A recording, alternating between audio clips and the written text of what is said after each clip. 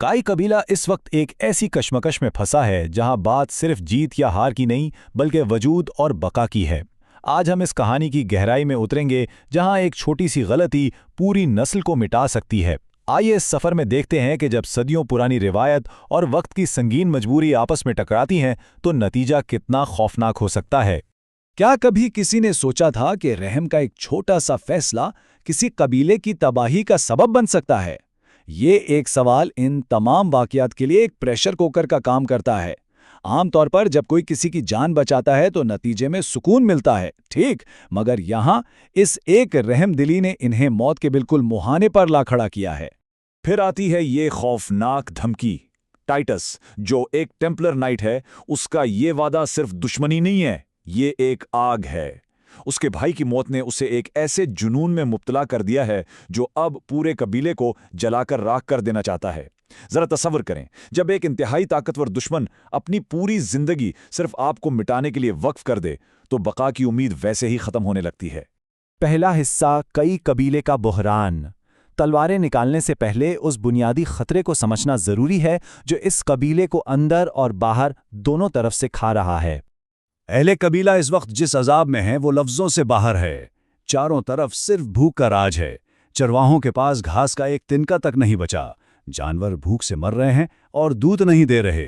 ऊपर से सख्त सर्दी का जालिम मौसम सर पर है और आगे बढ़ने का रास्ता वो मंगूल डाकुओं ने पूरी तरह बंद कर रखा है। ये लोग इस वक्त किस कदर बेबस हैं, बस एक महफूज ठिकाने की तलाश में दर बदर ठोकरें खा रहे हैं। और क़यादत का बोझ आखिर कितना भारी होता है, ये हमें सुलेमान शाह की इस तकलीफ से समझ आता है। वो अपना जिस्मानी फोरा, अपना शदीद दर्द छुपा रहे हैं। क्यों?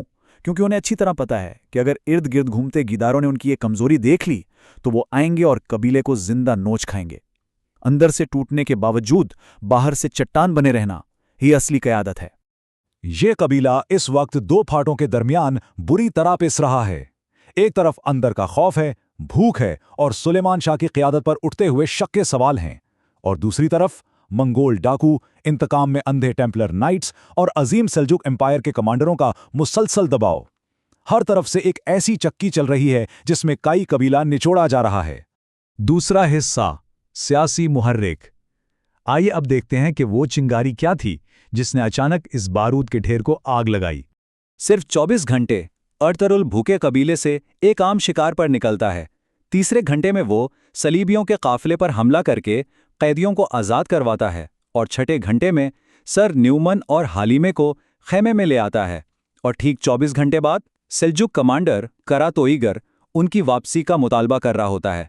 एक नाबीना रहमदिली ने इस कबीले को सीधा सेल्जुक्स और टेम्पलर्स की आग में धकेल दिया है। और ये दुश्मन आखिर हैं कौन? हुमेली के अल्फाज से पता चलता है कि ये कोई आम डाकू नहीं है। टेम्पलर्स एक इंतहाई ताकतवर, बेरहम और हथियारों से लैस नजरियाती फौज है। उनका एक ही जुनूनी मकसद है और वो है किसी भी कीमत पर यरूशलेम पर कब्जा। और अब अचानक ये कबीला उनके रास्ते की सबसे बड़ी रुकावट बन चुका है।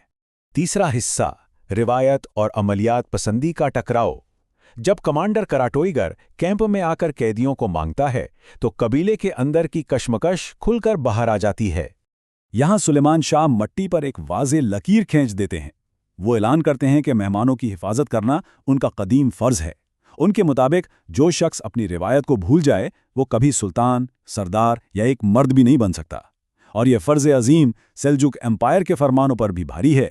ये उनकी क़यादत का वज़न है। अब यहाँ एक बहुत ही दिलचस्प और पेचीदा सवाल पैदा होता है। एक तरफ कुर्दोगलू और गुंदोगदू की अमलियत पसंदी है।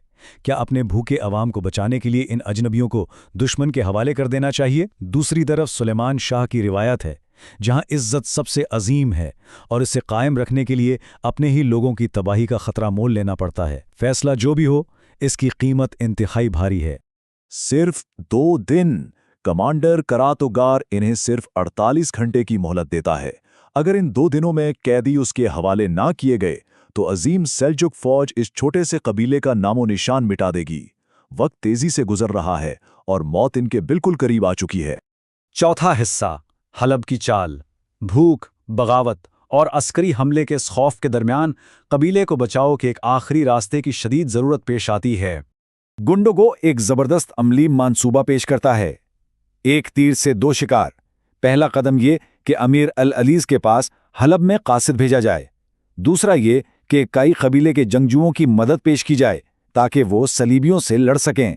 और तीसरा ये कि बदले में जरखेज ज़मीन हासिल की जाए। एक ही चाल में सियासी मसला भी हल और मौसम सरमा के लिए ज़मीन भी मिल जाएगी। लेकिन जरा ठहरिए, खेमे के अंदर की सियासत किसी जंग के मैदान से कम नहीं। मंसूबा गुंडुगू का था और उसे पूरी उम्मीद थी कि क़यादत भी वही करेगा। मगर सुलेमान शाह बड़े मजमे में गुंडुगू को नज़रअंदाज करके अर्तुगरुल को चुन लेते हैं।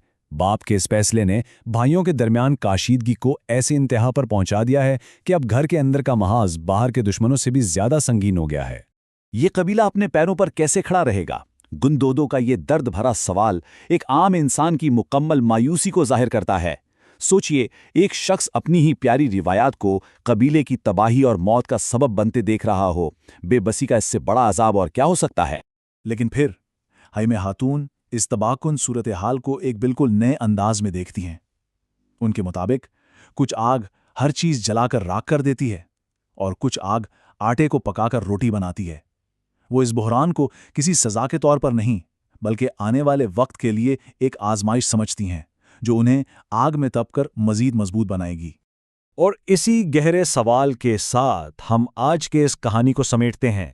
जब किसी को आखिरी हद तक धकेल दिया जाए तो क्या उसके उसूल उसे तबाह कर देते हैं या वही उसूल एक अजीम और ताकतवर मुस्तकबिल की बुनियाद रखते हैं?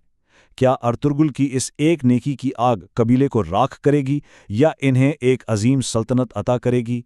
ये कहानी तो बस अभी शुरू हुई है।